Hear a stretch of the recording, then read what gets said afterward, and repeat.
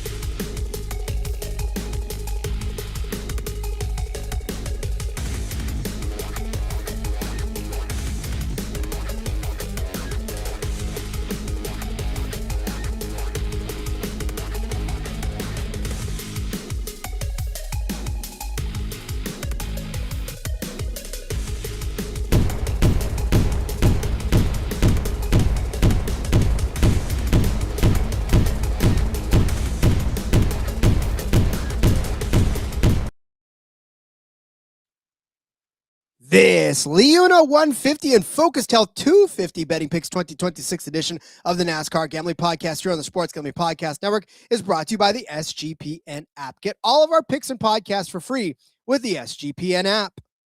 I just got three things to say. God bless our troops. God bless America. And gentlemen, start your engine!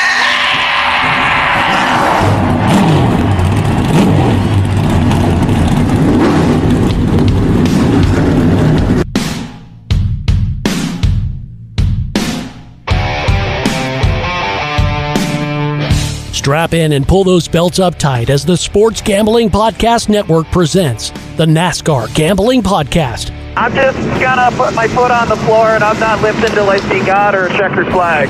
My man. With all the news and the best bets for your NASCAR weekend. We want to thank you tonight for these mighty machines that you brought before us. Thank you for the Dodges and the Toyotas. Thank you for the Fords. Lord, I want to thank you for my smoking hot wife tonight, Lisa. In Jesus' name, boogity, boogity, boogity. Now, here are your hosts, Rod Villagomez and Cody Zeeb.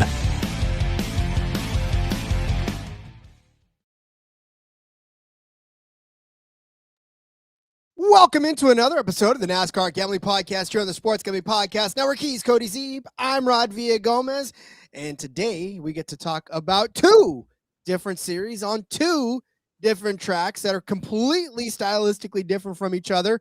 So you have to handicap one and then turn on your other device and handicap the other. And I don't know if my brain can take it, but it certainly tried, Cody. And we're here today to try to do it together, my friend. We're going to use both sides of the brain today, Rod. The left side that we usually use for the left turns and the right side for some right turns in the truck series. So looking forward to it. It's going to be exciting. And it was kind of, interesting as you're going through and getting the bets together and switching mindset from one track where, okay, this is a road course, it's a truck road course. So there's still some super speedway capabilities in there, but more of a quote unquote normal, predictable race compared to the chaos that could be or couldn't be.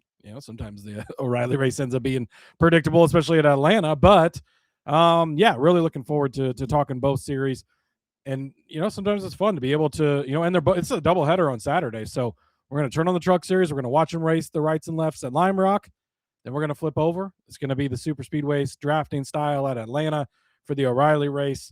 It's I kind of like when they're at different places occasionally because it's challenges you, makes things different, and it's not the same conversation for both races. We'll be having two completely different conversations as we talk today. Indeed, yeah. And so also, too, the trucks made it a lot easier for us as well because they've only been to Lime Rock once in their entire history, and that was last year. So we don't really have a lot of track history that we've got to beat ourselves over the head with, but obviously the road course style is that. And we'll talk about this as we start to talk about the track and the way it breaks down. It's like this track is a road course by name, but it's not as technical as a lot of road courses are. It's like it's a go-kart track. It's a NASCAR road course. It's still kind of like a big go-kart track is actually kind of interesting comparison because it is more of just like where it's kind of one just big circuit and there's some minor twists and turns in there, but not the crazy technicalness of a lot of the road course. I mean, the last time the trucks were out was San Diego. That's not what we're going to be competing against this weekend at Lime Rock Park. So definitely a bit of a different from the other road courses on the schedule. Indeed. All right, before we get to anything, I want to tell you that CJ Sullivan and Bottom Line Bombs are giving away a chance to win $20 million in Circa Survivor. Enter for your chance to team up with CJ at sg.pn/survivingcj, which is, by the way, an accomplishment in and of itself. So if you can survive CJ, then you're doing good. So that's sg.pn/survivingcj. I think we need a pin, Cody, or some sort of recognition that we did that. Absolutely. Yeah. It's a badge you can earn, the surviving CJ badge, Rod. As military men, we can appreciate that. Right. Glenn, Yeah. Let's see. Glenn Watkins. Hi, Glenn. Yeah, there you go. Hey, Glenn. Good to see you. I don't think we've seen you before. Nice to see you in the chat. Saying trucks are back. Hey, Rod, when you bet a Ram truck, you should refer to the bet as a Ram Rod. I absolutely love that. Weird. You have a Ram truck on the sheet today, Rod. It's as if Glenn already knew what was on the dock. Cody, is that one of your burners? Right. Hey, yeah, maybe it is, Rod. Maybe it isn't. I'll never tell you. Victory Lane Life checking in as well. I'm giving the Sophie Cunningham finger point to Austin Hill this weekend. RCR always brings speeds to those tracks.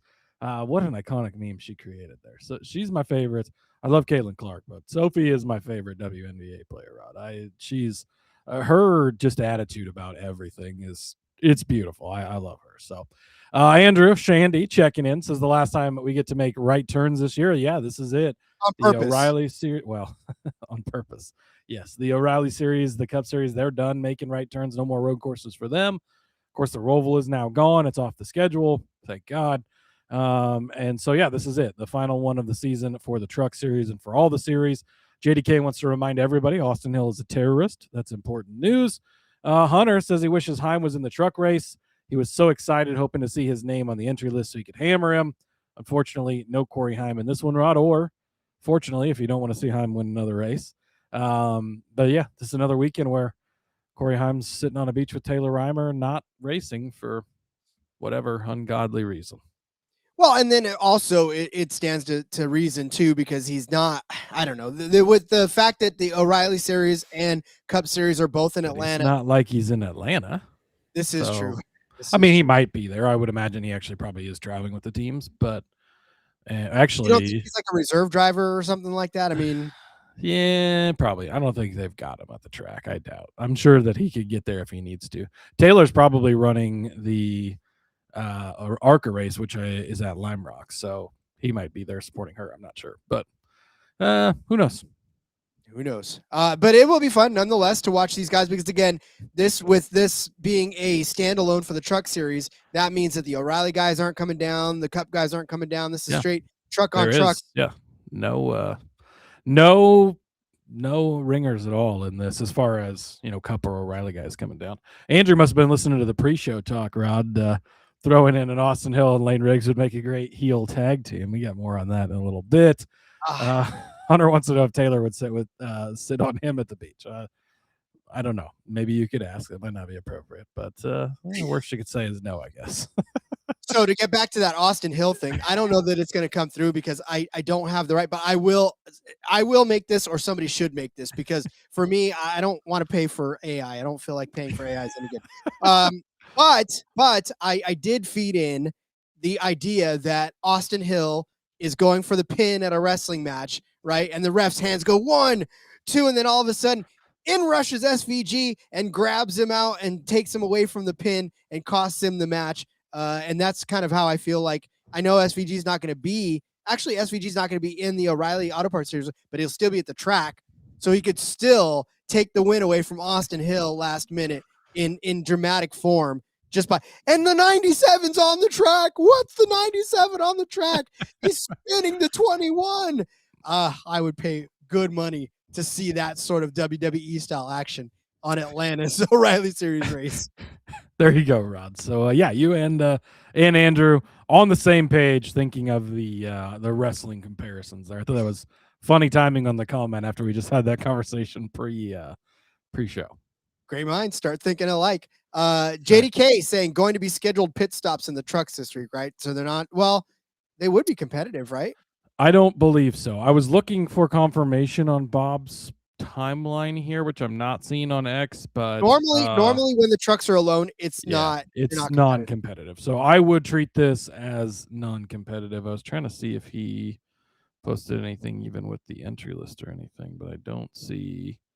No, I don't see anything on Bob's Twitter yet, but pay attention. Obviously, watch. We'll update in the Discord or whatever later, but I can't remember a time in the last handful of years where the trucks have not been with Cup and O'Reilly, on a week when those guys are racing somewhere else and they've had live pit stops. So I would imagine, and I believe I recall from last year, these were non-live pit stops. So they'll have the rules in place, right? Whatever they are.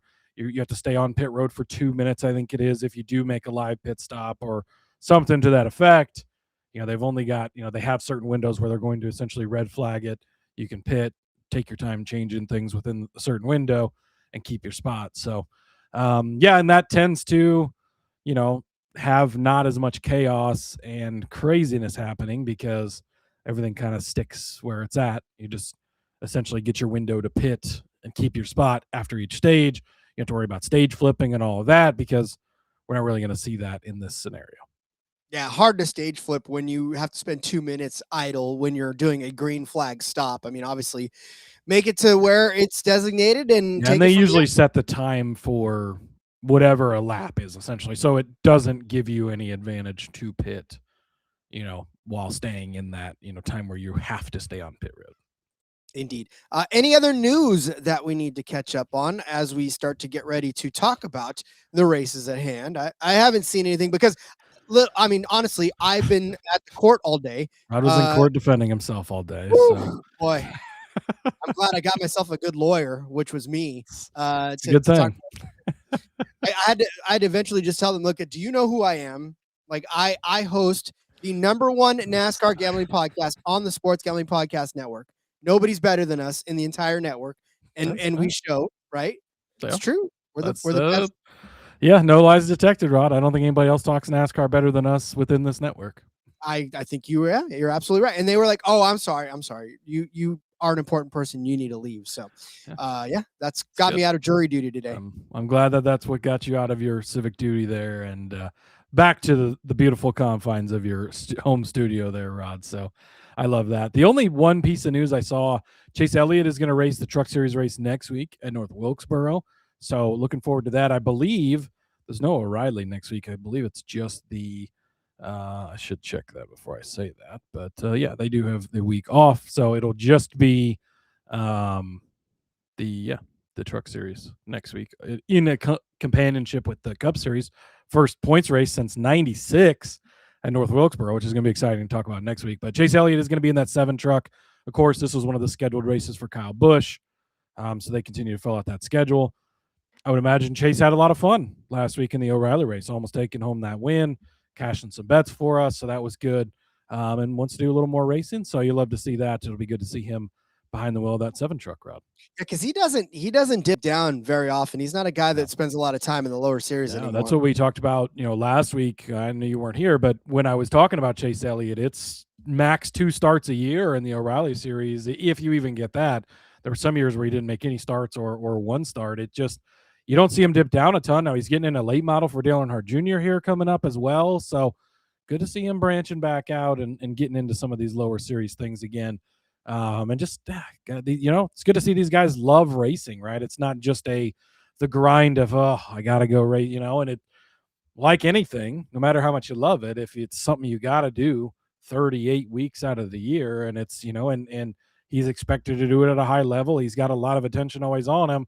I'm sure that can be quite the grind at times, especially if you're not, having a ton of success and struggling a bit, which he's had a pretty good year with a couple of wins, but good to see him get down in these lower series and have a little fun racing and just enjoying being out on the racetrack. So you always love to see that out of these guys. And, we just learned here recently with the untimely passing of Kyle Busch, we got to cherish every minute and every second on the track we get out of these guys and appreciate the craft. We saw it last week with Chase Elliott, just because he came down and was the one big Cup guy. I mean, Connor Zilic, yes, as well, but didn't just come out and wax the floor. It was a competitive, and makes these other guys better. Brandon Jones got to beat Chase Elliott, the most popular driver in the Cup Series, in a race. Like that speaks for something. It really does. And I think that was a great point too. It's just good to see these guys having fun again, because there is a lot of pressure on these guys to succeed, especially guys like Elliott and all these HMS and Joe Gibbs guys, that succeeding for them is winning races. And when you're not winning races, it's difficult, and it's easy actually to get caught up in it and to get, I guess, discouraged. But when you go down and you're having fun again, kind of permeates through the rest of the way you do things. So good to see that. Good to see Chase Elliott in there. Obviously, we'll be talking about him a lot next week. So we'll do that, and we'll talk more about this week in just a second. But I would like to tell you all about my friends over at Underdog Fantasy. We have great friends over at Underdog Fantasies, and they got spreads, money lines, totals, parlays. They're all available over on Underdog Fantasy. Get in on the World Cup and the MLB. And the best part of Underdog, it's available in a ton of states. Look, so Underdog has got the projections up, the finishing projections up for Atlanta this week for the Cup Series. I'm going to take our good old friend SVG. And if you don't like the number to bet on him on a top 10, here's what's fun. You can build your own actual picks play for SVG, and then juice that up as much as you want to wherever you want as you add other drivers on there. But start with SVG, better than 10.5, unless Austin Hill comes and grabs his legs to take the pin away from him. We'll see how that shakes out on Sunday. So take that, build with it, and Underdog's got an awesome offer for new customers. Play just $5, get $50 in bonus funds when you sign up with our promo code RACESGPN. The greatest NFL handicapping contest is back, and it's better than ever with $30 million in prizes. That's $20 million for Circa Survivor, $6 million for Circa Million, and $4 million for Grandissimo. Go sign up in Nevada. Play from anywhere in the world. Circa Sportsbook now takes Bitcoin. Head to footballcontest.com and use promo code SGPN to get $50 off of your proxy fees, and you get 15% off of your stay at the Circa with promo code SGP15. Come out to the Circa for contest weekend, August 27th through the 29th. I saw a lot of people talking about that SVG number right there, the line. They weren't really impressed with his top 10 number. So the great thing about Underdog is that you can take that top 10 and you can actually make a nice little picks sheet with it and add other drivers that you're confident that are going to do it. And that number gets a lot better. I love it. This is a great week for that. You can get the extra multipliers on the guys to finish, better than 10.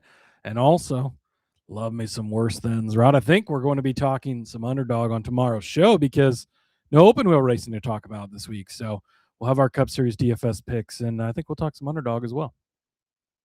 I think we will. All right. Well, then let us start talking trucks. The Craftsman Truck Series are set for the LiUNA 150. We are set for 100 laps around this 1.530 mile road course for 153 even miles around Lime Rock Park in Lakeville, Connecticut. So they are racing while the other boys are down south racing in Atlanta. So right. Yeah, this is the second year of this track, as you mentioned. They were here last season, so good to see them return to this place. It's been I don't believe Cup has ever been there, but I believe the O'Reilly Series and Truck Series have been there previously. So Trucks and ARCA this week. Thomas Annunziata, by the way, running a beautiful, I shared it over in the Discord, but number 70 ARCA car this week. It's a Toyota, and it is the M&M's Kyle Busch classic looking car, throwback and tribute to him. So that is beautiful. Speaking of Annunziata, Rod, he is going to be in the one truck this week. Only 33 entries this weekend, so that's a little bit disappointing. But I guess with the Cup guys, the O'Reilly guys not being able to make their starts here, maybe that's eating into the entry list a little bit. But everybody will make the race. Annunziata is in the one truck for Tricon. I've heard a lot of things about how good he is on road courses over the years. I don't know. I haven't really seen it play out, but in a better truck than he normally is. So maybe a great opportunity for him to show something. Jackson Lee, he is back in the number 2 truck for Rayum Racing. In the number 5, the other Tricon truck, Rod, is Graham Doyle. Don't know much about Graham, but he's also making a start in a good truck there. Connor Mosack, he's had some road course success and spilled some oil that's cost us a lot of money on bets at the Truck Series on road courses before. He is back in the 7 truck for Spire Motorsports, so good to see him back. Josh Rayum is going to be in the 22 for Rayum, of course. Colin Braun, he was the Ram free agent driver at St. Pete. He is returning this week in the 25 truck for Ram. In the number 42 for Nice Motorsports is Ben Mayer, checking in that one. IndyCar driver Louis Foster, Rod, he is going to be in the 76 for Spencer Boyd this weekend. Pretty exciting to see. He's an active IndyCar driver. They have the week off, so he's coming over to Lime Rock to race. And the one I'm the most excited about, Parker Kligerman, is not only in this race, Rod, he's in a good truck for once, which we don't usually see. He's going to be in the 77 truck for Spire Motorsports. Lots of thoughts coming up on Parker Kligerman. Love him this weekend. Getting a shot in a great truck. It's really good to see. So that is your entry list for Lime Rock. If I don't instinctively just boo the 77 on principle alone, I will be happy to take Parker Kligerman and root for him as well. This will be like the one time that I root for the 77, and it'll feel dirty, but I'll realize that it's not the real 77. There you go, Rod. It'll just get you, when the 77 sweeps the weekend, winning on Saturday and Sunday. It's it's going to be beautiful. I love it. Will not be beautiful. Hunter checking in. Nope. Thomas and Annunziata is. Oh, did we click on the same? Yep, we did. Okay, go ahead. You take it, my friend. Thomas and Annunziata is my friend's cousin. Rooting for him to do well. Think he can do well. Said he won here in ARCA last year, now in the number 1 truck. Come on now. I know you posted in the Discord, Hunter. I kept being told that when he first came in. Oh, this guy, you got to watch him. This guy, you got to watch him. And then you look and he's not really done anything. So we'll see. JDK saying the number 1 truck is fire. I'll have to look. I did not look through the Truck Series paint schemes. Some really good Cup Series paint schemes this week. I did look through those earlier. And Shandy says we got a met on Moyle Sack, Rod. Do we? Do we got to? I don't know. Hang tight. I've got thoughts on Moyle Sack there, Shandy. There you go. Andrew also saying should be easy money. I think it's non-competitive pit stops. Yeah, we talked about that earlier. Haven't seen official word on that, but we do believe it will be non-competitive pit stops. So, and Andrew pointing out nothing ever easy in the Truck Series. That's why we love the Truck Series, Rod. All right. It is. Are we ready to get into the bets? I'm ready. I'm ready to love the Truck Series bets. Well, let's do it. And we're going to start with the driver of the Loves truck, Rod. And that is one, Layne Riggs. You can get his top 3 at -125. What if I told you last year you could bet Corey Heim -125 for a top 3? You'd probably take that deal, right? Let's review. Last time out at San Diego, win. 4th place at Michigan. That was a rough day. He won at Nashville. He won at Charlotte. 3rd place at Dover. So top 3, missed by 1. Top 3 in the last 5 races there. 21st at Watkins Glen, bit of a tougher day, but 6th place at Texas. Bristol was a tougher day, but 3rd at Rockingham. He won at St. Pete road course earlier this season as well. So, okay, let's narrow that down, right? Road course, street courses. We've been to a few this year. We don't get a ton with the Truck Series, but what have we done? Watkins Glen was a tough day with the 21st place finish. Was running a lot better than that. I don't remember what happened in that race, but didn't get the result. But he won at San Diego last time out. Won at St. Pete. Shane Van Rigsbergen, right? I think is what he crowned himself after that win. So we'll take it. But he's really shown up, really done good on this track, or on these road courses rather, this season. He's impressed. He's taken the mantle of being the best Truck Series driver. I'm not looking past him anymore. Give me his top 3. It's -125 on the score. I think it's absolutely worth betting at that number. And then, Rod, Parker Kligerman, just talked about him. Look, I know I've given out Parker Kligerman a lot in the Truck Series. Okay, I get it. And you're thinking to yourself, oh, my God, here we go again. But my friends, the other truck just has not really been holding up its end of the bargain. I never remember what number it is at this point because it doesn't matter. But he's in the 77 truck. We know this is a good truck.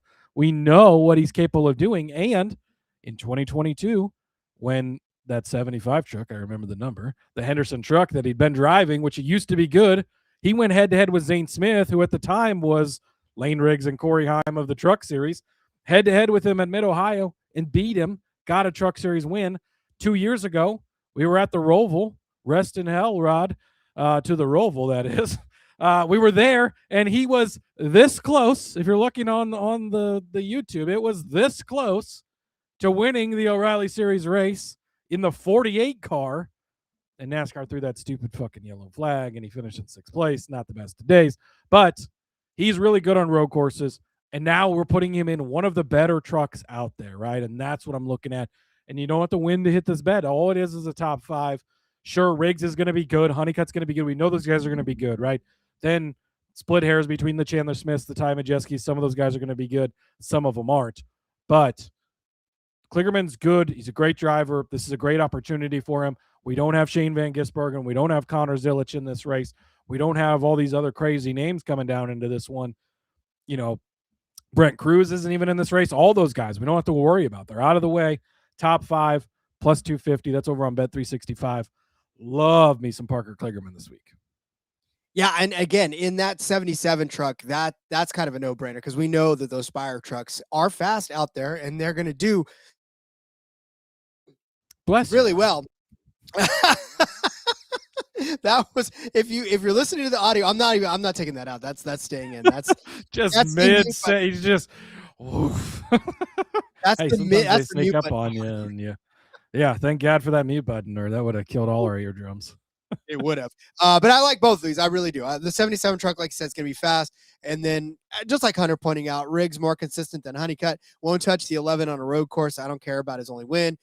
Riggs proved that he's Layne Van Rigsbergen, and I agree with you on that one. So Layne Van Rigsbergen, that's who we're betting on, Rod. He is indeed. Yeah, and that's just who. And I'll talk about it in a little bit, but I'll even go on the contrary side of that just for a second. But let me take Moylesack.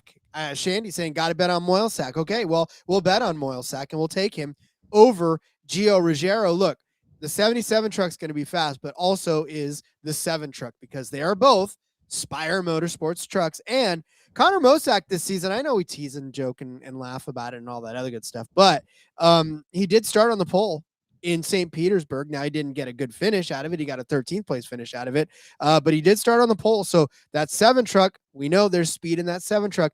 He's also had starts of 10th, 4th, 5th, and 11th. Now, the finishes have been 5th, 10th, 8th, and 24th. That 24th in San Diego was the most recent finish that there was. But, again, we know that he's done reasonably well. That 10th place at Watkins Glen is a pretty solid effort out of a guy that we like to tease for being Moylesack and everything, all that. But I will say that he did beat Gio Ruggiero at St. Petersburg. Gio Ruggiero got a 25th place finish, while Mosack got a 13th place finish. We talked about that Watkins Glen. Gio Ruggiero got a 15th place finish there. Watkins Glen. Connor Mosack got a 10th place finish. The only time that he's beaten him was this last time at San Diego. And listen, I'm kind of throwing San Diego out of the window for a lot of the drivers that were in the middle and the back of the pack, because that nonsense that kept going on, that took a lot of drivers that had possibilities of maybe not the win, but obviously good solid finishes, and it just threw them out the window. So if you weren't at the front of the pack in that Truck Series race, your day was doomed. So I'm kind of tossing that one out and saying, all right, fine, we'll wipe the slate clean. But in 2 of the 3 clean, or both of the clean road course races / street course races that we've had, Mosack's gotten the better of Gio Ruggiero. And honestly, Gio, you expect I don't want to say a better season, because 7 top 10s out of 13 starts is a pretty decent season. But I think you're right. I think you do expect better.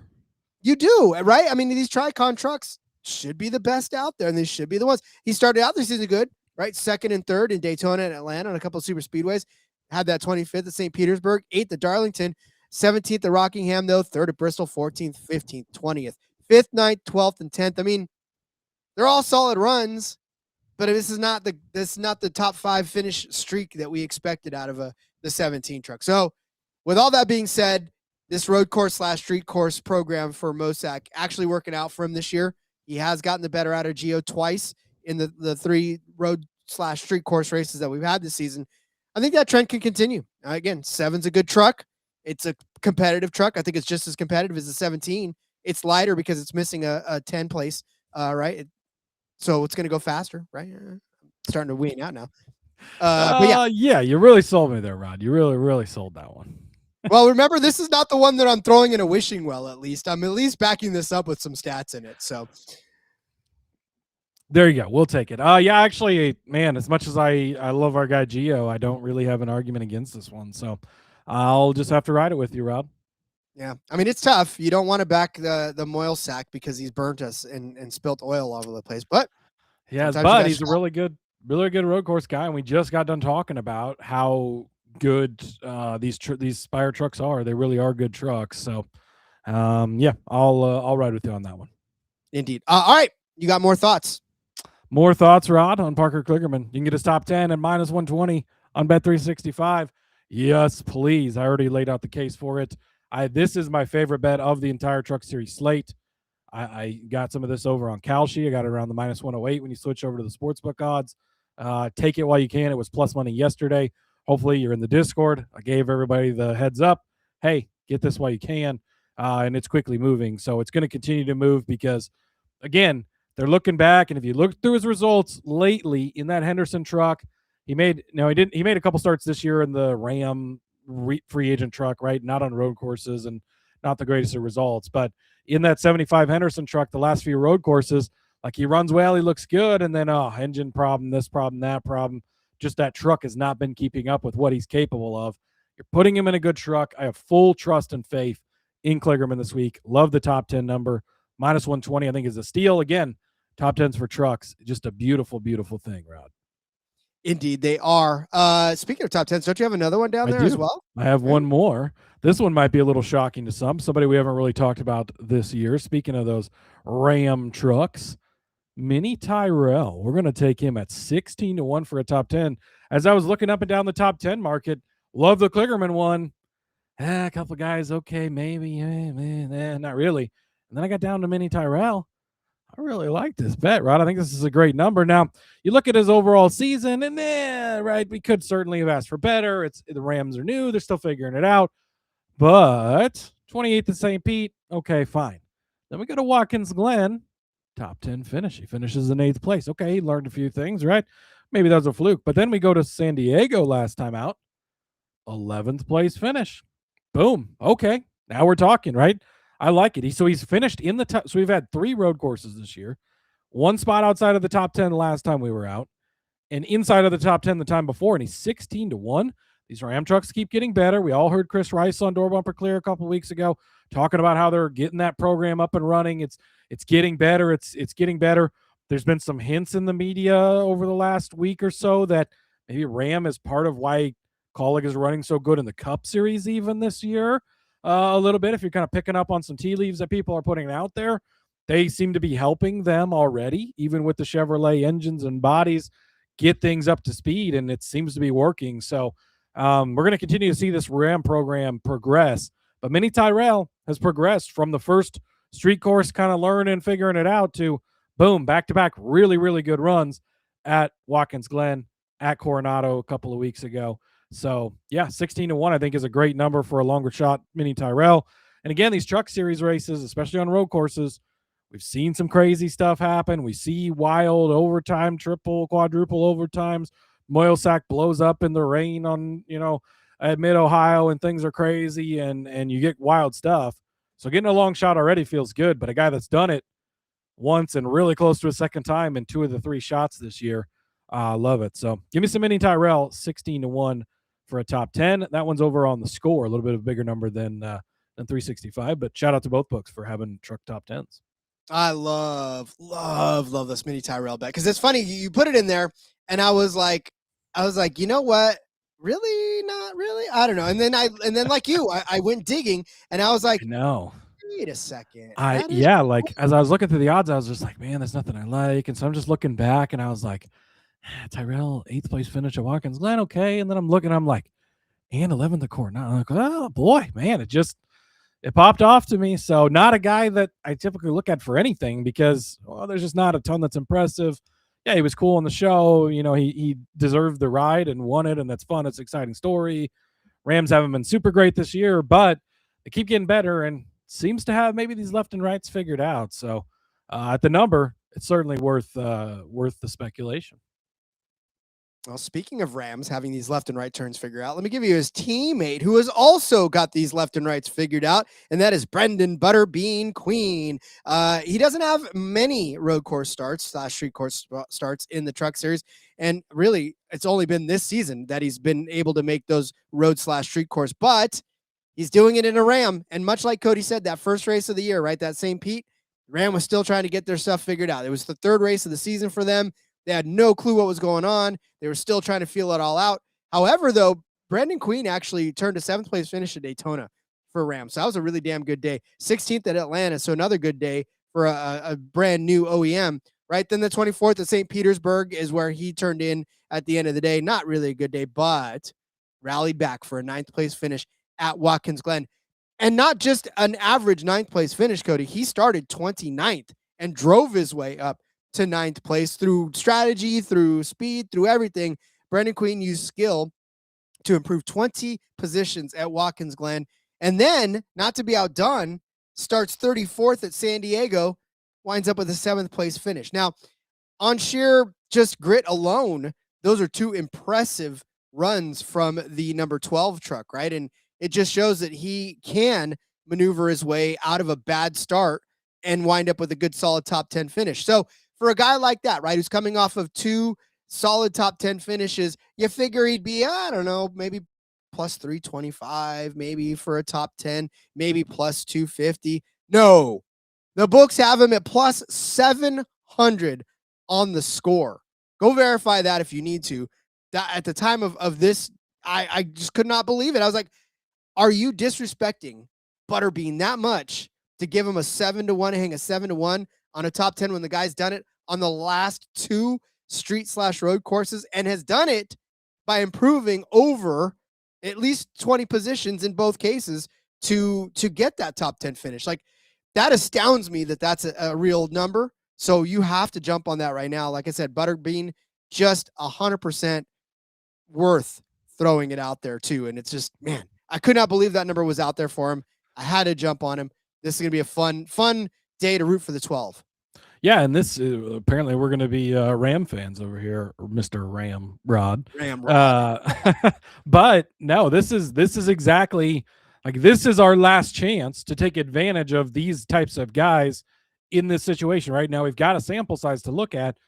We've seen pretty good results in 2 out of the 3 out of both of these guys in Mini and Butterbean. What great names too, Mini and Butterbean. Like, come on, right? But we've seen it, and the books haven't adjusted fast. Now, this is our last chance to take advantage of it this season. Let's take advantage of the information we have, what we've seen. They've been able to put themselves in position, getting them at 7-1, getting them at 12-1. I did confirm he is still 7-1 over on the score, Rod. So a great number there. Make sure you check that out. For any of our Canadian listeners, JDK pointing out that Parker Kligerman still even money on Bet99. That's another book they've got available up there. And yeah, Hunter likes the mini play as well. I mentioned he almost had that top 10 at San Diego, was running near that. Yeah, he finished 11th there. So, yeah, that's I think that these couple of Ram guys, and, Colin Braun's coming in. He's the big ringer or whatever. Psh, come on, man. We got Butterbean in a minute. We don't need no Colin Braun. No Colin Braun when you got Butterbean and Mini. Not a mini Butterbean, but Mini and Butterbean. So, all right, we got outrights to get to. But I want to tell you first about our friends over at Kalshi. We're brought to you by Kalshi. I'll let Cody catch his breath. On Kalshi, you can trade spreads, money lines, totals, futures, and so much more. Kalshi literally has everything, and they're available in a ton of states. Looking at the Cup race, they've got matchups for the Cup race, and these are matchups that, of course, are also in-season challenge matchups. But Ryan Blaney versus William Byron. I'm going to take the Ryan Blaney side of this. We made a case for him on the betting episode yesterday when we talked Cup.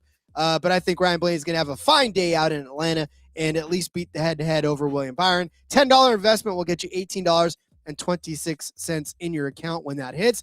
And if you're a new Kalshi customer, you're going to get that $10 when you use promo code SGPN. That's Kalshi, Kalshi, promo code SGPN. Rhythm is your official data tool for dominating MLB, WNBA, golf, and the World Cup too. Let Rhythm's models help you cash in, or you can dominate and build your own to dominate the books. Get your 7-day free trial to tail their models, or you could build your own. And if you're looking to go premium, now's the perfect time. Use promo code SGPN25 when you download the Rhythm app for 25% off of your first month.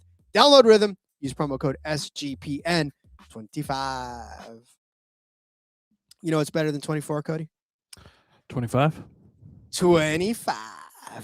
Any SpongeBob folks out there will get exactly what I just said. So. I love it, Rod. All right, to the outrights for no, you just totally blew me off. You're like, nah. I don't know the reference, unfortunately. I mean, I do love SpongeBob, but I'm glad that I guessed the correct number. I was going to go with 77, so glad I said 25. All right, outright. Speaking of 77, Rod, let's get over to the outright section of this. But first, we're going to start with what number is he? I don't know. 34. Okay, that's what it is. Layne Riggs Bergen. Look, if I told you could bet Corey Heim at 3-1, you would take it. Well, you could bet the new Corey Heim at 3-1, and it's Layne Riggs Bergen. Like I talked about, won 3 of the last 4 races in the Truck Series. He is on a dominating clip right now. He has won 2 of the 3 road courses. They were the 2 street courses, but 2 of the 3 we've had this season. And as it's been talked about earlier in the chat, Andrew said it's going to be so hard to pass the leader here. You expect him to come out, be fast, get out there and pace the field. And I think that's exactly what he's going to do. He is the best driver in the Truck Series, in the best truck in the Truck Series. Just don't overthink it. Don't overlook it. It's Layne Riggs Bergen, 3-1 over on the score. The best number I found, Rod. I'm going to once again test fate and play Ty Majeski. I don't know why I keep doing this to myself, but at plus 850 over on FanDuel is where I found the best number on him. Look, he's shown me enough that I want to keep dipping my toe back in it. He led a couple of laps at St. Pete, finished in second place there, comes out of Watkins Glen. He's the fastest truck in practice, starts on the outside of front row, and then just has issues early on. But then he comes back at San Diego last week with a top 5 finish.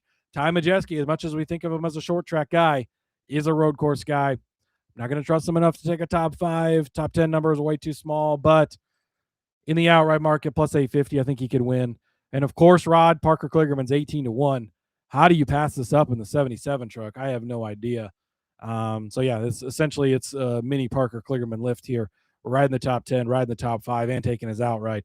Parker Kligerman is going to be a real threat to win this race. 18-1, an absolute steal of a number on PK. Yeah, again, it's just these Spire trucks are going to run around the front, and it's just going to be who can come out on top and who can beat the 2 dominant drivers in the sport right now. I say 2. There's a couple more, obviously, with Chandler Smith being part of the conversation. Wow, yeah, I don't think you put him in the dominant. It's Layne Riggs and a side of Kayden Honeycutt. Yeah. Well, speaking of the side of Kayden Honeycutt, how about I give you a side of Kayden Honeycutt? He's 5-1 to win on FanDuel, and I get it. I understand this should be Layne Riggs Bergen's race to win, and it probably will end up being. In fact, our friends over at Win the Race, if you make sure to go over and go to wintherace.info, you will be able to find all the stats you need to be able to make a healthy decision on top of what we give you for the race winners, for head-to-heads, for top manufacturers, for top finishes. They've got it over there at wintherace.info. It is Layne Riggs at 24.1%, winning 24.1% of the 200,000 simulations they've got going on. And then it's Kayden Honeycutt right afterwards. Kayden Honeycutt, fair market value for him. Actually, Kayden Honeycutt, 17.1%, right? That's how many times he's won in the Sims. His fair market value plus 485. You are getting this at 5-1 over on FanDuel. That is why I'm suggesting taking a little bit of Kayden Honeycutt, because at 5-1, right? We just talked about Layne Riggs is at 3-1. A couple more pennies, you get Kayden Honeycutt, who has won the only other road course race that we've had that Layne Riggs Bergen hasn't won already this year. But look, remember who was in that race too, Rod? Some Shane Van Gisbergen guy trying to knock off Layne Riggs Bergen, whatever. And Connor Zillich was in that race too, and Kayden still got it done. He still got it done, yeah. So again, this is just a matter of him obviously being in the 11 truck, being one of the dominant drivers, and just a guy that's going to be contending with it. It's going to be a 1-2 battle, I believe, or at least a 1-3 battle between Riggs and Honeycutt. Again, we talked about just the fact that they were dueling it out, obviously, and trying to get it done. So, yeah, I know everybody's not wanting to have it done, but you finish 5th at St. Pete, you finish 1st at Watkins Glen, you lead 10 laps and unfortunately crash out of the San Diego race after starting on the pole. That San Diego race was such nonsense anyways to the Truck Series that I threw it out. So Kayden Honeycutt, I'll back him for 5-1. He has been impressive, Rod, so I will give you that. Hunter wanted to know if Ty Majeski even won a race last year. It's been forever. He did not. No wins for him last year. Also, the JDK has been hard at work in the chat, Rod. I love that. There's Rod Villagomez as Ramrod. So Great work over there by our wonderful co-producers, as we have renamed the chat these days, Rod. So you got to love that. One more piece of business before we get out of the truck series. We have to do our one and done pick, Rod. Of course, we're in a contest with our guy Phil over at the Full Tank with Phil show. He once again kicked our ass at San Diego, but I couldn't remember who we decided to take at San Diego. So I went back and listened to that part of the episode, and we had a conversation, and I advocated for Parker Kligerman, and I said I think we should play him. You said I think we should play Andres Perez. We talked about it. You said there's going to be an opportunity later on to play Parker Kligerman, and we talked about it, and so we decided to go with Andres Perez. Rod, may I present to you the perfect opportunity to play Parker Kligerman? I think we saved it. I don't know what 2 weeks ago Rod and Cody were thinking, but I think they were on. I don't think we knew that he was going to be in the 77 truck on a road course later, but I sure am glad you talked me out of him, because I think he's got to be the play this week. Again, saving the big dogs. Yeah, we could go with Riggs. We could go with Honeycutt, or save them for tracks we know they're going to get it done at later on. But I think this is a great opportunity to play Parker in the 77 truck. We don't know if we're going to get that opportunity again. And he has an advantage on the road courses because he's really good on them. So, yeah, if you're good with that, he'll be our play. Make sure you go over to Full Tank with Phil. Listen to his Truck Series talk over on his YouTube exclusively. Of course, his Cup Series picks. I was actually just listening to him right before we jumped on the show here with his Cup Series episode. So he does great work always. He's the OG. Love Phil, and hopefully he'll pick a loser this week in the contest, because we got a lot of ground we need to catch up on him. We have a lot of time. Well, maybe not as much time as we thought we did, but yeah, definitely a lot of ground to catch up. We're running out of time real fast, Rod. So hopefully he picks a real stinker over there. We swung at a lot of curveballs to start the season, so that was all right. That was our fault. We gave him a lead. Yeah, we did kick his ass last year, so True. Yeah, we'll give him that, and yeah, this is our comeback time starts now. Comeback time. I'm just glad that we did that, so we didn't have the conversation this week. I wish we'd have saved Parker Kligerman. I know. Why did you let me? Because I couldn't remember. I was like, because that's what I thought. I was like, fuck, did we play Parker? Because then I remember like at the end thinking, it didn't matter which one, because like Perez did okay. Parker was kind of a disappointment last week, and so I was like, and I went back and listened, and I was like, oh, he talked me out of it. Beautiful. Thank you, Rod. You are welcome, and I'll try to talk you out of more things, but your Carson host of our love runs too deep. I can't talk you out of that. But, all right. Speaking of the 77 car, he's not going to be in this race, so let's not talk about him. But we will talk about the Focused Health 250. It is the O'Reilly Auto Parts Series race in Atlanta, at EchoPark. It's no longer Atlanta, Rod. Stop calling it that. EchoPark Speedway in Hampton, Georgia, set for 163 laps around this 1.540 mile paved super speedway for 251.020 miles in pack racing and draft racing and plate racing, whatever the hell you want to call it. They're going to go fast and they're going to be close together. Yes, and yes, Rod. There's 38 entries for this race. That means they will all make the show.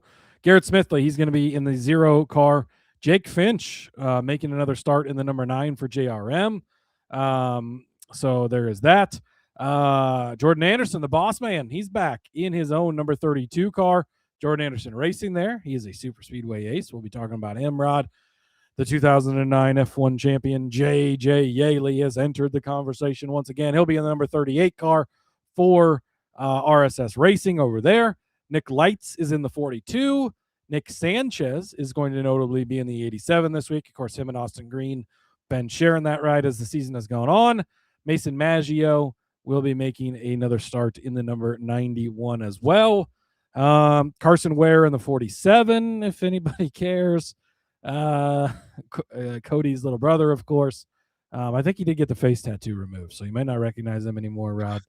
But I think that covers the list of notable drivers in this one. So no Cup guys actually at all in this entire field. So first time we've seen that in a little bit here. That's actually surprising, given that they're in the same place, and at least once or twice you see somebody dip down. But maybe it's super speedway. Maybe they don't want to. Yeah, draft and track. I mean, it does bring in other elements that maybe they just don't want to deal with it, and so we don't have them this week. Indeed. All right, what we do have is a nice chunky little bets for you to place on the O'Reilly Auto Parts Series. So let's get to the card. Let's get to the card, Rod, and we're going to start it off with a guy that I think we both like this weekend, and that is one Nick Sanchez. So, oh boy, if my tab would open correctly like I had it, thank you very much. We're going to start with Nick Sanchez, as I was saying, top 5 number, plus 750 over on the score. Absolutely love this. He has 3 starts in this car, or this, not this car in particular. Of course, he's in the 87 this week, but in the O'Reilly Series car at O'Reilly. Jesus Christ. Let's start all this over, Rod. All right, we're going to start off the O'Reilly Series race with Nick Sanchez, top 5, plus 750 over on the score. Roddy has 3 starts in the O'Reilly Series at EchoPark Speedway in this configuration.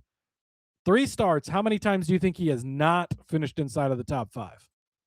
If there's a number less than 0, I'm going to take that number. That would be the correct number. 3, yes, 3 for 3 inside of the top 5. Too many numbers. My head's spinning today. 3 for 3 inside of the top 5. It's been in the 48 car for a Big Machine. It's been in the 25 for AM Racing, which folded shortly after that race earlier this year. Doesn't matter. He has gotten it done, including a win in this very race last season, June 27th, 2025. Got things done in that Big Machine car. So, love Nick Sanchez. The fact that you're getting him at plus 750, yes, it's a drafting track, right? Go back and listen to yesterday's conversation about betting on drafting tracks, all the chaos and stuff that can happen. Yeah, the 87, you could say this is the worst ride he's been in, but, I mean, really, is it compared to the 25? I don't know. But either way, it's a drafting track. It's the greatest equalizer, right? That can be equalized. Sanchez has a knack for this track in particular. He's done extremely well here. The top 5 number. Absolutely great at that number. And then we're going to go to the boss man himself, Rod, and that is one Jordan Anderson in the Jordan Anderson Racing number 32 car this week. I love him this week as well. He gets it done on, why are none of these tabs working? This is really frustrating me if you haven't noticed. Why is it? Okay, it's sorting. This is so weird. I was about to say, did the AI overlords not like you today? I don't know what they're doing, Rod. But anyways, he's been very successful racing in this series in particular on these drafting tracks. Now he has 1 start here, February 24, had a steering box issue, unfortunately, and finished in 38. So we didn't really get to see what he could do. But at Daytona, which is the closest comparison track you're going to get drafting wise and using the draft, again, that's 1 race. That's all we have to look at. His only other start at Atlanta was back in 2017. That's the old configuration. Doesn't even matter, right? So, but at Daytona, 4th place in February in that race. Guess what we did that day? We cashed a top 5. He finished 7th place in February of 15, 6th place in August of 24, 4th place in February of 24, 15th and 22nd. Oh my goodness, horrible days in his first 2 starts, but his last 4 starts at Daytona, all easily inside of the top 10, and 2 of the 4 inside of the top 5 as well. So getting a great number for him there. And he's been a guy, he's got a 5th place finish at Talladega. And he's been a guy over the years in the Truck Series. We bet on him every time he comes down into these series because he's good at the drafting tracks. Why do you think the guy who owns these rides pretty much only makes starts at drafting tracks? Because that's where if I was a guy, like based on my iRacing experience, Rod, if I was a car owner in the O'Reilly Series, these are the tracks I would be making my starts on. Those are about the only iRacing tracks I start on anymore because I got a shot to win, baby. Because hell yeah, the draft is fun. It's good. Jordan Anderson's good at it. Top 5, 12-1 over on the score. Took me a minute to get there, but we got there. Love some Jordan Anderson this week. Any racetrack where all I have to do is just hit the gas.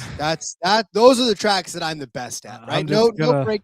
I'm just gonna hold it to the floor until I see God or the checkered flag, right? Or something like that. Is that what our intro says? So that's my kind of racing right there. Yeah, well, and you're saying exactly what G Herd is saying, and let's go. It's exactly what you're saying when you're flooring it around them tracks like that too. Damn straight. Well, at least I assume. I don't know. I've never done it other than just on an. I've never pushed on iRacing.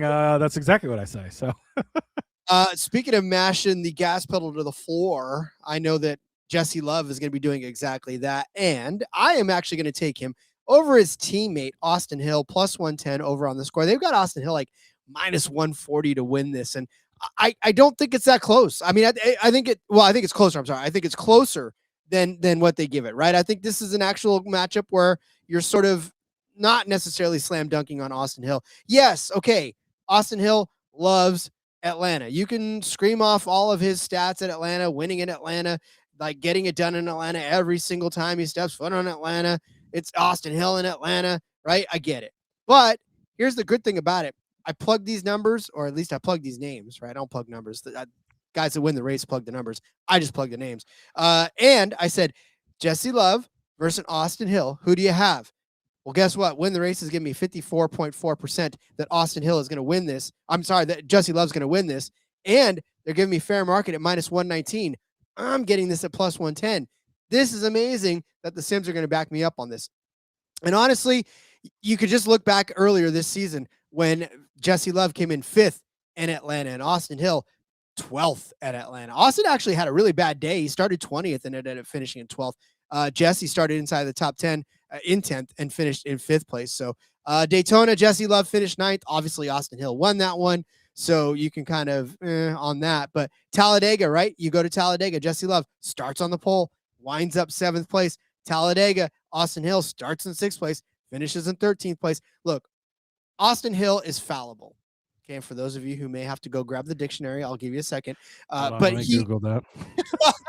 Can you spell that for me, please? AUSTINHILL.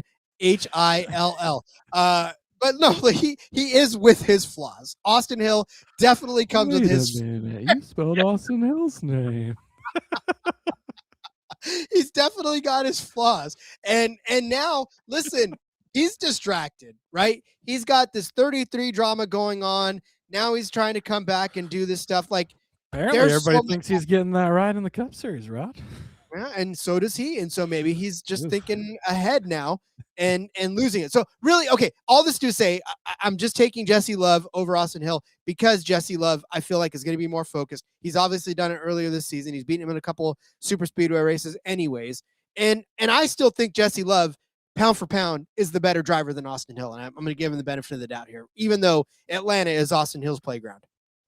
Yeah, it's his playground, but I like this because, again, you can plus money on a head-to-head, which is always what you're looking for. Anyways, these guys are teammates. They run generally fairly close together, especially on these tracks.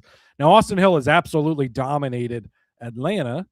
Now EchoPark Speed. Well, actually, he didn't dominate at EchoPark. He only dominated at Atlanta, so notable development there, Rod. But he's not won the last couple of races here, right? People are less willing to work with him. They've seen more and more of Austin Hill here lately, and they're not really a guy. And they all have learned we cannot work with this guy or he is going to beat us. That's not worked out well for him the last couple of times. He also tends to be a little bit of a try-hard. You know he's going to come to a track like this, think he's just going to dominate the place, and that could spell trouble. So I don't mind this at all. I was definitely looking at this matchup, and I'm glad that you took it. Well, and then just to put a bow on it too, like this has not been the most stellar season for Austin Hill. Only 9 top 10 finishes and 20 starts this year for the RCR car. It's not as if this has been a banner year for him. So, you know, that you go in riding that as well. Yeah, and you do. I mean, there is a real distraction to what he's doing in the Cup Series right now. Now it's turned into guys like Dale Earnhardt Jr. saying he's hearing that he's probably the lead candidate for that car, which makes no sense to me. I don't know why he'd be the guy you'd put in that car. But, you know, he's thinking about that and he's worried about that. And his results in the Cup Series haven't been very good here. How much time is he spending prepping in the O'Reilly car this week? Maybe all the focus is on the Cup car, despite the fact that he is running for the points in O'Reilly. Like, we don't know where all that is. I think there's definitely distractions there. And, again, you're splitting hairs. This isn't, you know, matching up some Joe Blow with Austin Hill. It's Jesse Love, who is pretty damn good at the super speedway, the draft and track stuff himself, Rob. Indeed. Hunter's got a question that leads right into your next set. What is that? He wants to know if Viking Motorsports is going to show up again. And the real question is the real question, since we all know RCR will be 1-2. I think we just made a case against them being 1-2, Rod. But I think Viking Motorsports will show up because do you know who has the most top 10s in the O'Reilly Auto Parts series this season, Rod?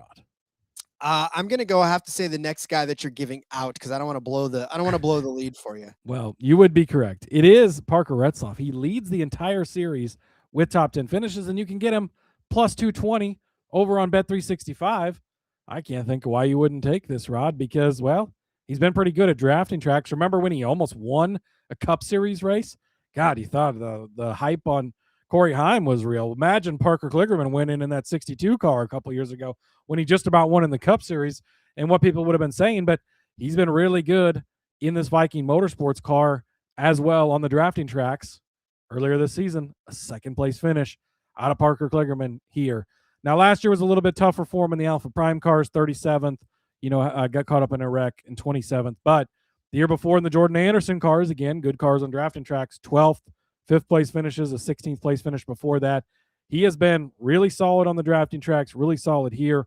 Finished 14th earlier this year at Daytona, has 3rd, 7th, 4th place finishes at Daytona before in the O'Reilly Series, and as mentioned, that really good run in the Cup Series a couple of years ago as well. So Parker Kligerman, plus 250, or plus 220 rather, over on Bet365. He has been getting it done. Andrew tossing out Fast Pasta, his teammate, as well over there for a top 10. Definitely looked at Alfredo.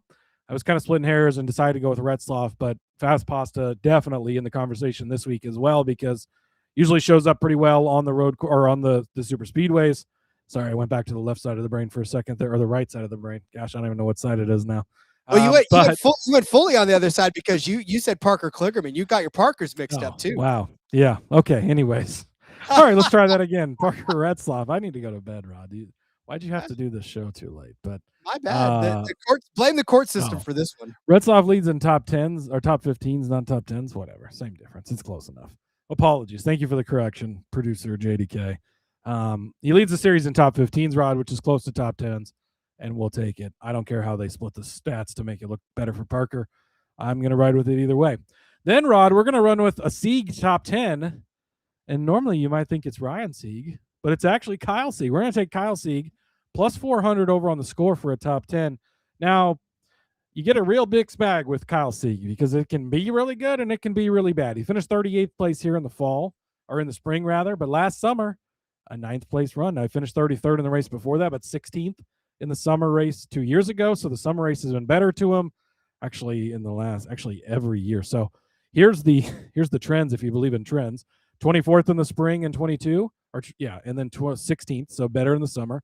28th and then 7th, 36th and then 16th, 33rd and 9th, 38th and top 10 hopefully this week, Rod. So but Kyle has been able to get it done twice in the last 6 races inside of the top 10.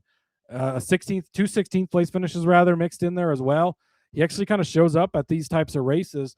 And again, this is one of those family-owned teams. They know what to do to take care of the cars, to stay out of trouble, keep it clean, be there at the end. Kyle, much like Ryan, Ryan we're going to see cutting it up all day.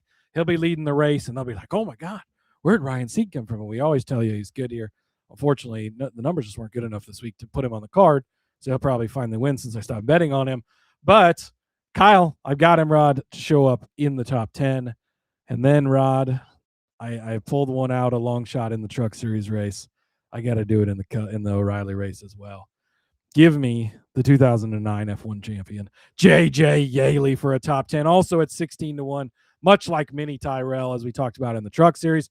J.J. Yaley, very capable of getting this done, Rod, because, well, he's just about done it before. 24th place here in the spring, 36th last fall, 11th place in the number 66 for MBM Motorsports last spring, or rather, this was spring of 2022 in the first start here. So he's only got 3 starts in this configuration. A 24th, a 36th, not the best, but an 11th place run. He has gotten it done here before. You go back and you look at Daytona, it's fall of 2022 in that 66 car. A 9th place finish. He has a 13th place finish in 21, a 12th place finish, 16th, 18th, 13th, 17th, 4th, 8th, like really good runs by J.J. Yaley. And even at Talladega, 11th, 18th, a 36th in there, but 16th, 11th, a 4th place finish back in 2015, a 7th place finish. He's a guy that's been around a long ass time. If you don't remember all the way back in the day when Denny Hamlin came into the sport, he came in at the same time as J.J. Yaley did, who drove the 18 car for Joe Gibbs Racing, replacing Bobby Labonte, Cup Series champion, Hall of Famer, all those things.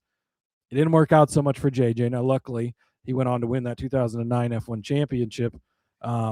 If you're new to the show, by the way, he did not win that championship. but Fox gave him credit for it once, and it's been a running joke ever since.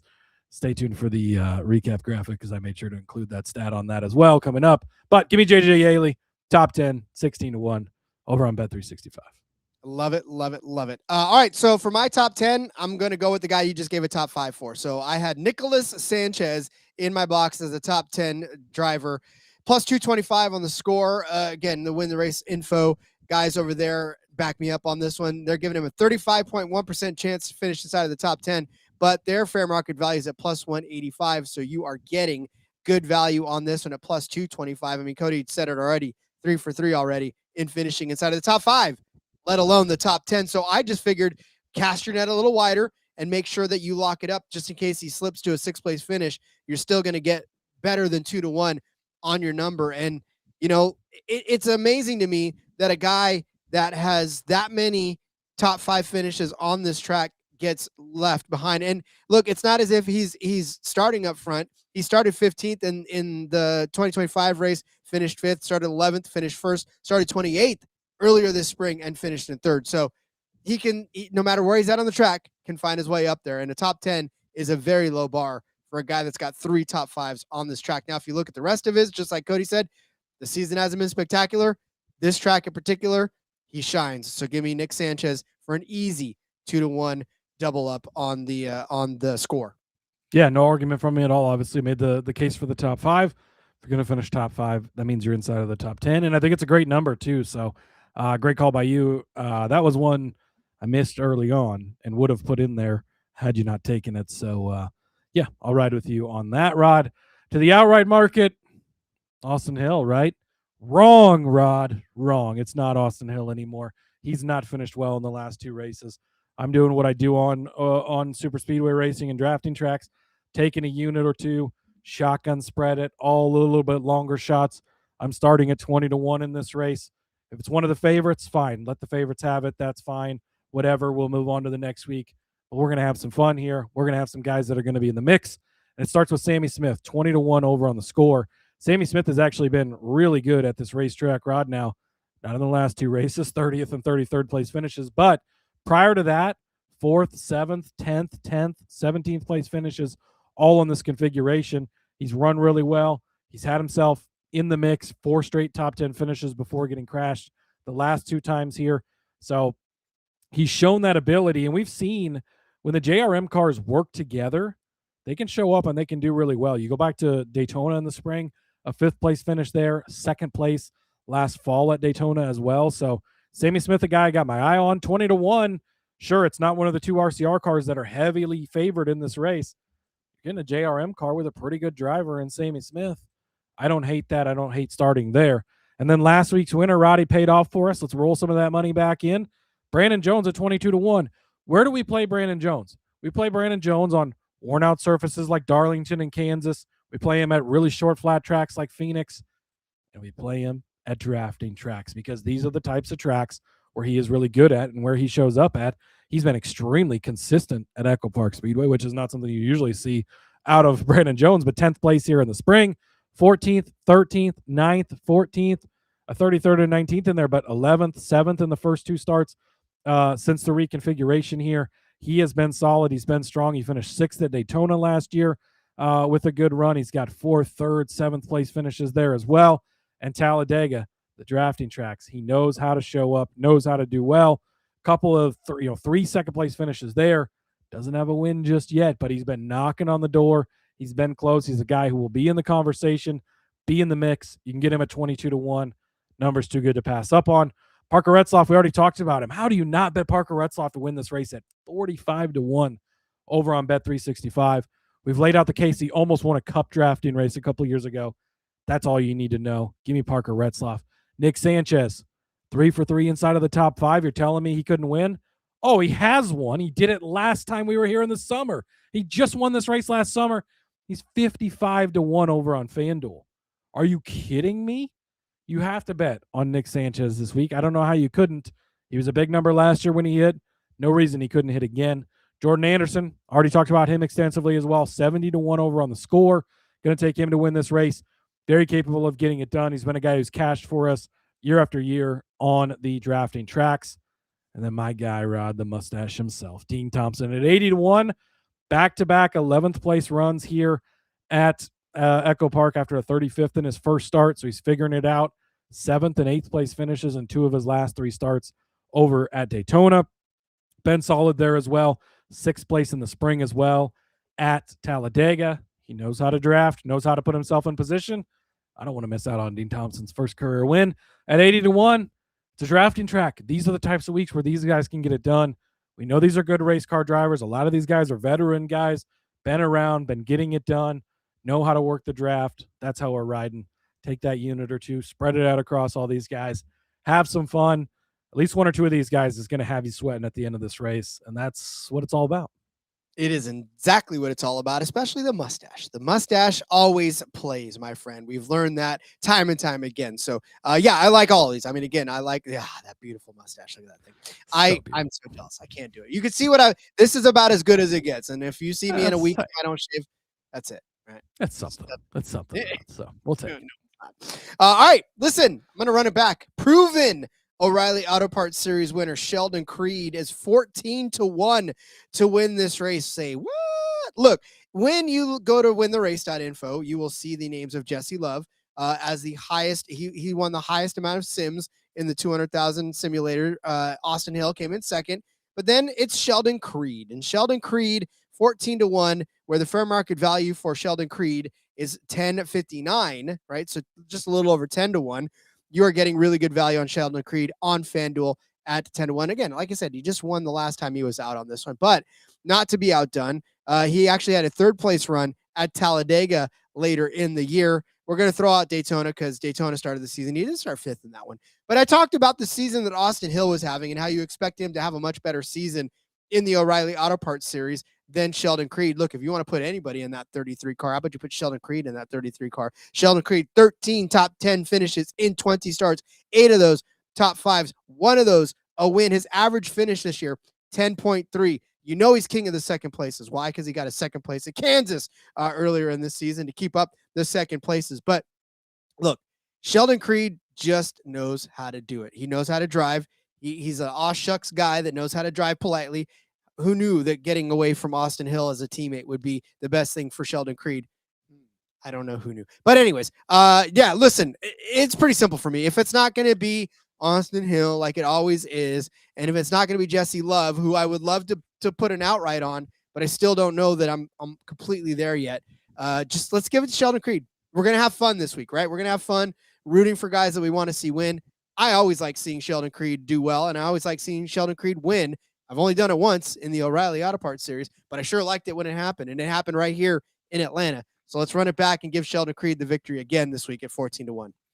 Yeah, hard to argue that. Again, you're getting the last 2 winners here at 14-1 and at, was it 50-1 on Sanchez, 55-1 even. So pretty good value. I really like it. And to the Austin Hill point, he's plus 275. It's a tough number to pay on a drafting track. I'm not going to tell you not to because, well, he's been really good here. I mean, he won 3 in a row not long ago, and he won 5 out of 6 races.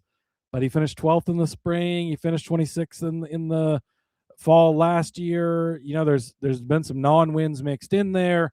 He's really, really good here. He's really good on the drafting tracks. If you want to take him, go for it. But I think the better way is to approach it with spreading out on some longer shots, have a little more fun. And then when he does get wadded up, you're not like, damn, plus 275 down the drain. If you're 80-1 Rex, he was 80-1. Doesn't hurt as bad. Well, yeah, again, because you have to put more into a plus 275 to make it actually pay out for you. And you can argue, well, but if it pays, it pays. Yeah, but how much did you win versus how much do you lose if he ends up wadded up, like you said? Yeah, it's real tough on drafting tracks. I've said before not to take it. I'm not going to say that this time because he's certainly capable of it, but there's just a lot of other stuff that can happen. There's a lot of really good drafters in this race, and like we talked about earlier, people are going to actively be trying to not work with him and to avoid him because they know they can't beat him if they give him an opportunity. But if they don't give him an opportunity, he's beatable. And they plain just don't like him. But yeah, we'll give it that as well. Also, yes. All right, get out your pen and paper. Time to go over our picks for all of what we just talked about. And today's betting recap is brought to you by James and June Coffee. Just like building a winning NASCAR betting card, great mornings start with preparation. James and June Coffee is roasted to order in small batches and shipped fresh to your door, so every cup is as fresh as possible. Whether you're studying practice speeds, qualifying results, or looking for an edge before Sunday's race, start your day with a coffee that is actually worth waking up for. Go visit jamesandjewcoffee.com. Use code NGP15 for 15% off of your first order. Let's go all the way back to the Truck Series, the LiUNA 150. I gave you Connor Mosack over Gio Ruggiero. I added Brenden Queen as a top 10 car at 7-1. And then I gave you Kayden Honeycutt as my outright at 5-1. And then let's see, Cody gave you for the Truck Series race, if it will load up. That's not the Truck Series race. Okay, there it is. Cody's giving you Layne Riggs as a top 3 at -125. Parker Kligerman, top 5 at +250. Parker Kligerman, top 10 at -120. Mini Tyrell at 16-1 for a top 10, and then added Layne Riggs at 3-1 as his outright. Ty Majeski +850 as his outright, and Parker Kligerman 18-1 as his outright. I absolutely love your graphics lately, Cody. These are fantastic. Cody Duck. Did you did you notice the Layne's name on that graphic, Rod? Oh, I did. I noticed it. Let's see. Layne Van Rigsbergen. Look at that, right over by himself there. That's Layne right. We went all out this week. Yeah, I was just telling you before you bowed out because I couldn't get the graphics right that I love these things this week. This is fantastic. At least you didn't completely kick me out this time. At least you didn't get to. Poor Cody's been on the outside looking in the last few weeks. This is completely like last week. You just couldn't finish the show. That's all there was to it. Peace out. All right, now for the O'Reilly Series picks, I gave you Jesse Love over Austin Hill at +110. Tossed in Nicholas Sanchez at +225 for a top 10 car, and then proven O'Reilly Auto Parts Series winner Sheldon Creed to continue his winning streak at Atlanta, which is 1 at 14-1. Cody gave you Nick Sanchez as a top 5 car at +750. Jordan Anderson as a top 5 car at 12-1. Parker Retzlaff, yes, that Parker, top 10 at +220. Kyle Sieg, yes, that one, at 4-1 for a top 10 car. JJ Yaley, top 10 at 16-1. His outrights include not Brandon Smith. You can buy those first two, Rod. Sammy Smith at 20-1. Brandon Jones at 22-1. Parker Retzlaff, maybe I need to go to bed, at 45-1. Nick Sanchez 55-1. Jordan Anderson at 71, and Dean Thompson at 82-1. Rescue me, Cody. How many other shows have JJ Yaley on a graphic this week, Rod? I'd like to know. And I don't know if you noticed, but it did say 2009 F1 champion. Paid my respects on the graphic for him. Catching up on the chat, Andrew says he took Smithley at 16-1 as a top 10. Like that play as well. Andrew says they got to bet the 80-1 because of that Pats pick last year. I don't know which part he's referencing. I did have a Pats 80-1 Super Bowl ticket that didn't cash, unfortunately. Andrew says, the other Andrew, we got both Andrews in here. Andrew Minch, Shandy, aka in the Discord. Former Daytona winner Jeremy Clements, 100-1. I looked pretty heavily at Jeremy Clements. He burned me last week, so I didn't take him. But I do like that play. 100-1 is a good number. Andrew B is all about the long shots this week. And Andrew M says Riggs' head was way too small on the graphics. There's only so much room, man. I can't get the whole thing on there. He wanted the NBA Jam big head on that one. That's the one he really maybe we will end up with a Riggs fat head at some point. That would be amazing. Actually, I would buy that. So, all right. Well, Cody, let's get to bed. Let's get everybody to bed because it is past Grandpa's bedtime, and apparently it's past your bedtime too. Yeah. Clearly, it's later here on the Central Time Zone, Rod. So I got to get to bed. But yeah, I think that's how it works. Last time I checked, but who knows? It's late. I could be wrong. We'll be back tomorrow. DFS talk, no open wheel racing this weekend. So just NASCAR talk. We got DFS talk. We got underdog talk for you as well. Looking forward to it. Going to be a fun time as always as we wrap up our week. These are going to be 2 really fun races on Saturday. If you don't have Saturday plans, you do now with these 2 races. Going to be exciting. Looking forward to it. Best luck to everybody on the betting cards. Follow me, Rod, over on the X at Husker_Zeeb. You can find all my stuff over there. NFL preview time, baby. They are all coming out. I've been already publishing NFL best bet stuff, but now working on all 32 team previews. The guys start tonight on Sports Gambling Podcast. They're going to start with the Arizona Cardinals. I think they go lowest Super Bowl odds to highest, or somewhere in that range, win totals maybe. But they're going to be doing their podcast previews.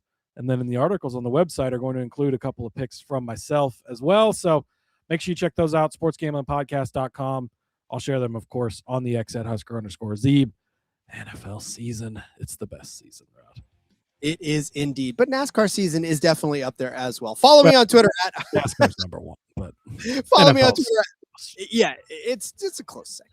Follow me on Twitter at RJ Villagomez. You can find everything that I'm up to there as well. And of course, plenty of time for you to get in both episodes, betting episodes and DFS before the races. So fun to have that. All right. Thanks everybody once again for joining us on our never ending quest to make NASCAR betting fun again. Let's go racing and get me the hell out of here.